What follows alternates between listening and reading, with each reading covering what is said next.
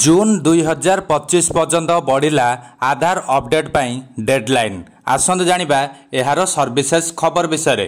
आधार card एक बड़ जरूरी दस्तावेज। प्रति काम रे एहा दरकार रे आसे, से सरकारी हेउ कि बेसरकारी हेउ, आधार बिना कोनोसी काम हेबा मुश्किल।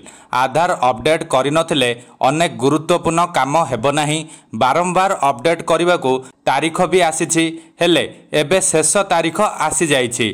जदि एही समय रे आपण आधार अपडेट करिनाहांती तेबे हैरान होई पारंती।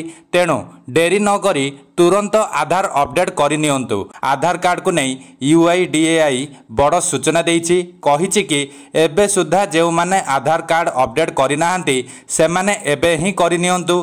जदि एही समय रे अपडेट न करंती तेबे टंका खर्च करिवाकू पड़िबो। Unique identification authority of India बा UIDAI 10 वर्ष पूर्वे आधार कार्ड तैयारी करिथिला। परे परे साधारण लोक अनेक अभियोग करिबा परे फ्री रे पुणी थरे केमिति आधार अपडेट हेबो से नहीं भी व्यवस्था भी करिथिला। थरे कि दुई थर नुहे बरं बारंबार आधार कार्ड अपडेट डेडलाइन बढ़ाई दिया जाइछि। पूर्वरु डिसेंबर 2024 सुधा आधार अपडेट करबाकू डेडलाइन थिला। एहा पर भी पुणी थरे जून 2025 पर्यंत अपडेट पाई डेडलाइन बढ़ागला। तेणु पुणी थरे डेडलाइन बढ़िबा आशा रखिबा मूर्खामी बोली कुहा जाउछि। सेथिलागि तुरंत आधार कार्ड अपडेट करबा पई कुहा जाउछि।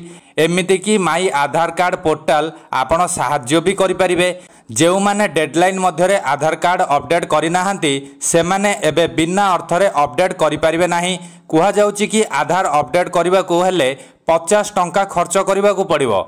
निकटस्थ आधार कार्ड केंद्र रे जाई आपण आधार कार्ड अपडेट करि परिबे।